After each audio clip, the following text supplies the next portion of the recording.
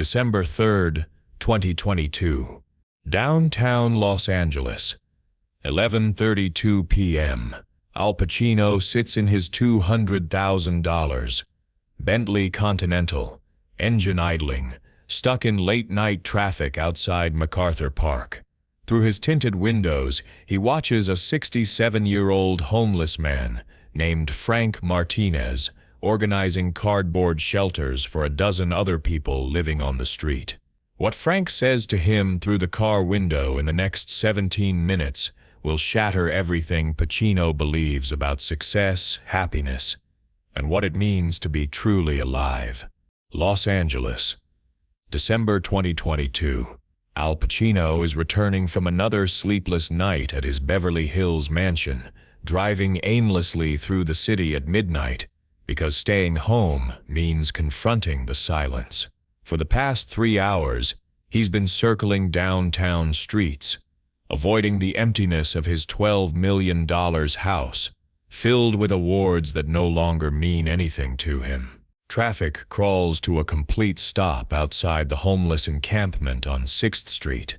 Pacino watches through bulletproof glass as Frank Martinez, weathered and wearing a torn Carhartt jacket, methodically arranges pieces of cardboard into makeshift shelters. What strikes Pacino immediately isn't the poverty. It's Frank's calm efficiency, the way he moves with purpose and quiet dignity despite having nothing. Frank approaches the Bentley's passenger window and taps gently. "Excuse me, sir," Frank says, his voice carrying no desperation or aggression. "Could you spare some water? Not money, just water. My friend Maria over there hasn't had anything to drink since this morning." Pacino's first instinct is to drive away. He's been taught by security teams never to engage with strangers on the street. But something about Frank's demeanor, respectful, direct, unashamed, compels him to lower the window 2 inches. "I don't have water," Pacino says through the crack, his voice automatically taking on the clipped tone he uses to end conversations quickly. Frank studies Pacino's face for a moment, then says something that stops time. "You look sadder than most of us out here, brother, and we got nothing." The observation hits Pacino like a physical blow because it's completely accurate. Here's a man living on the street who's managed to see through $200,000 worth of German engineering and designer clothes to identify the depression that Pacino's therapists have been trying to address for years. Pacino lowers the window completely. "What did you say?" he asks, genuinely curious for the first time in months. "I said you look sad," Frank repeats, leaning slightly toward the car, but maintaining respectful distance. "Sadder than people who sleep on concrete. That's unusual, you know? Usually folks in cars like this are either happy or pretending real good. You're not pretending." Frank's honesty is so direct and unmanipulative that it disarms every defense mechanism. "You don't know anything about me," Pacino responds, but without hostility. It's more of a question than a statement. "Maybe not." Frank agrees. "But I know sadness, been working with it for 70 years, and I know when someone's got everything they thought they wanted and discovered it wasn't enough." The traffic begins moving, but Pacino puts the car in park, blocking the lane. Other drivers honk aggressively, but he ignores them completely. "What makes you think you know what I wanted?" Pacino asks. Frank gestures toward the Bentley's interior. "This car costs more than most people make in 5 years. You didn't buy it because you needed transportation. You bought it because you thought it would make you feel different than you feel. Did it work?" The question is so precisely accurate that Pacino feels exposed, like Frank has somehow accessed his private therapy sessions. "No," Pacino admits quietly. "It didn't work. They never do," Frank says with the calm certainty of someone who's learned this lesson the hard way. "I used to have things too. House, car, career, spent 30 years working in Hollywood projection booths, showing movies to people, including yours, probably. This revelation stuns Pacino. Frank isn't just some random homeless person. He's someone who spent decades in the entertainment industry, who's seen the machinery of fame from the inside. You worked in film? Pacino asks, leaning closer to the window. Projectionist at the Chinese theater, the Egyptian, couple other places, 1972 to 2002. I probably showed Serpico 500 times. Scarface's maybe 300. Watched you age on screen. Watched you get more famous. Watched you get richer. Frank pauses, studying Pacino's face again.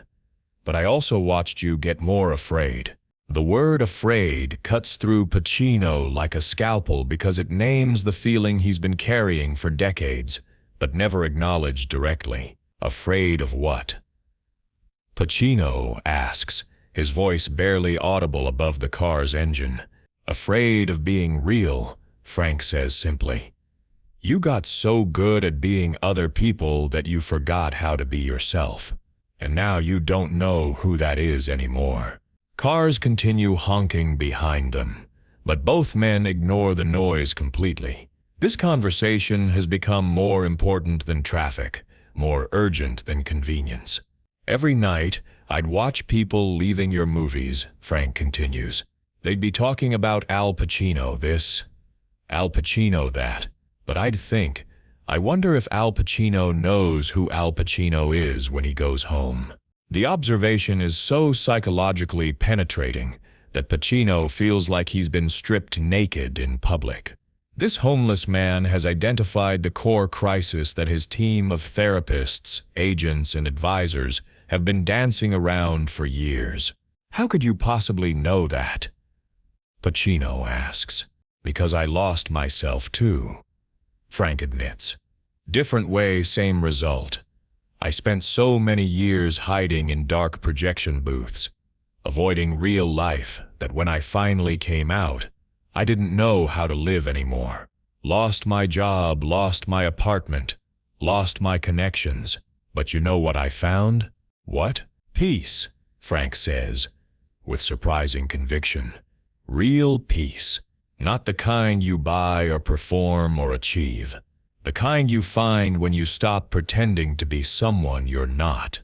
A police car approaches from behind, lights flashing, indicating that Pacino needs to move his vehicle.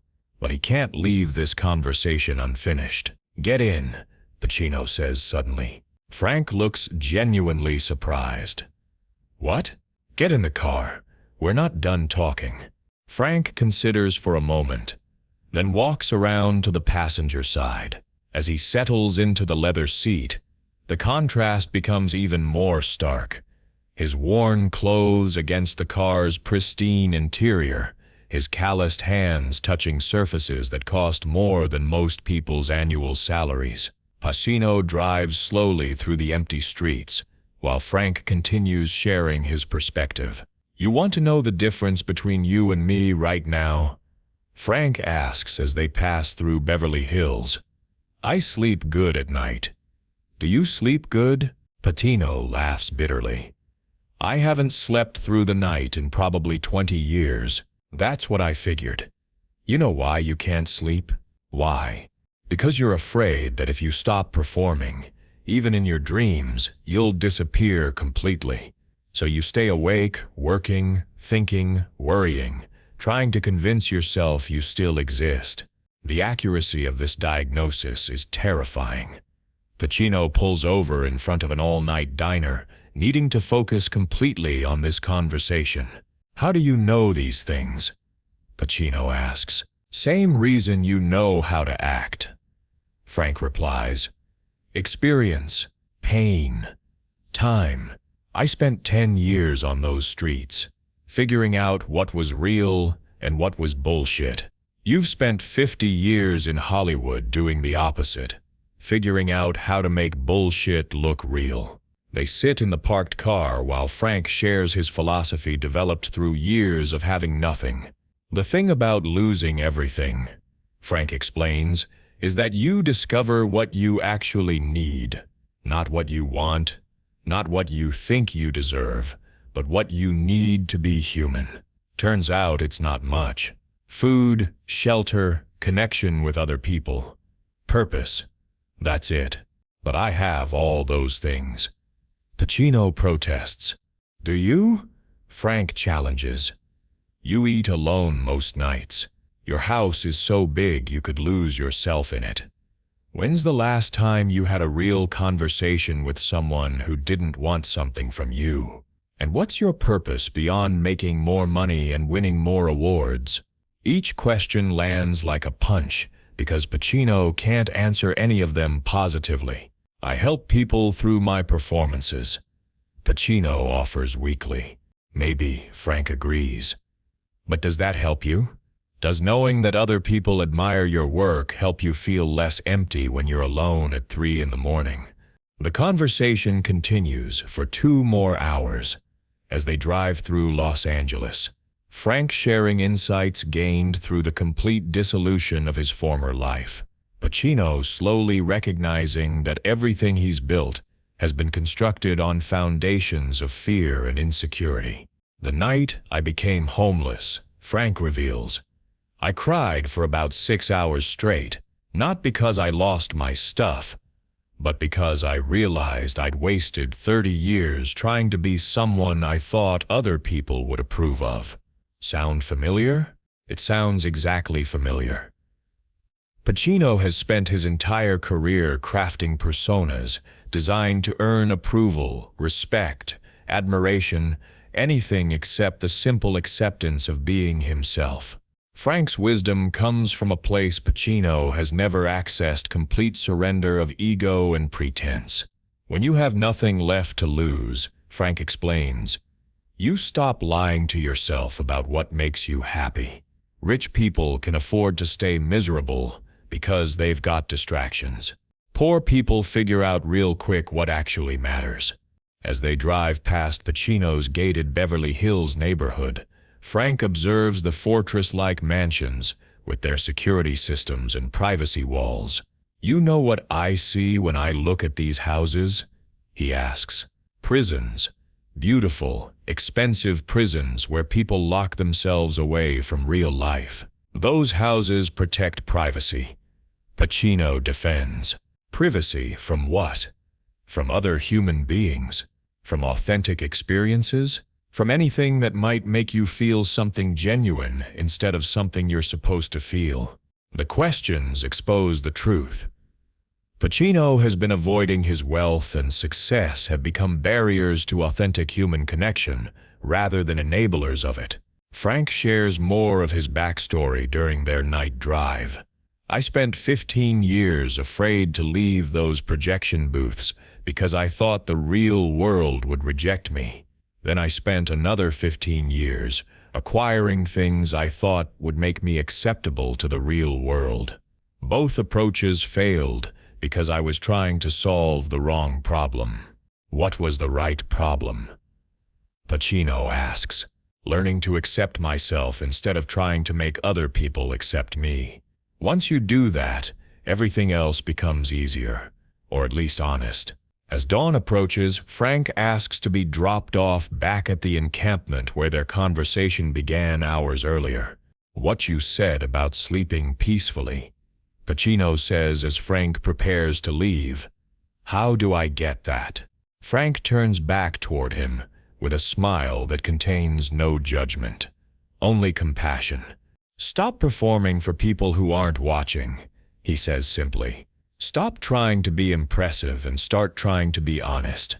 Stop collecting things that prove you're successful and start doing things that prove you're alive. Is that what you do now? Every day, Frank confirms. I organize those shelters not because I'm homeless, but because I'm human. I talk to people like you not because I need anything from you, but because connection is what makes life worth living. I sleep on cardboard, but I sleep honest. The last thing Frank says before closing the car door changes everything. You've spent 50 years learning how to be other people. Maybe it's time to learn how to be yourself. It's scarier than any role you've ever played, but it's also the only performance that actually matters. Frank walks back toward the cardboard shelters, while Pacino sits alone in his $200,000 car, realizing that the homeless man who owned nothing had just given him the most valuable advice of his life. The next morning, Pacino calls his assistant and cancels all meetings for the week. He donates the Bentley to a homeless services organization and starts taking public transportation. He begins volunteering at the downtown shelter where Frank lives, not as Al Pacino, the famous actor, but as Al, a 82-year-old man learning how to be real for the first time. The transformation isn't immediate or dramatic. Pacino spends months learning how to have conversations without performing, how to help others without expecting recognition, how to exist in spaces where his fame means nothing. 6 months later, Pacino runs into Frank at the shelter during the dinner service. Frank is teaching other residents how to repair clothing, sharing practical skills with the same generosity he'd shown when sharing wisdom. "How are you sleeping these days?" Frank asks with a knowing smile. "Better," Pacino admits. "Still learning how to be myself instead of performing myself. But better. It's a process." Frank agrees. "But at least now you're working on the right problem." The homeless man who gave Al Pacino life advice didn't offer him money, career opportunities, or fame. He offered him something infinitely more valuable: permission to stop pretending and start living. In 17 minutes of conversation, Frank accomplished what decades of therapy, meditation retreats, and self-help books had failed to achieve. He reminded Al Pacino that being human was enough, and that the greatest performance of his life would be learning how to stop performing altogether.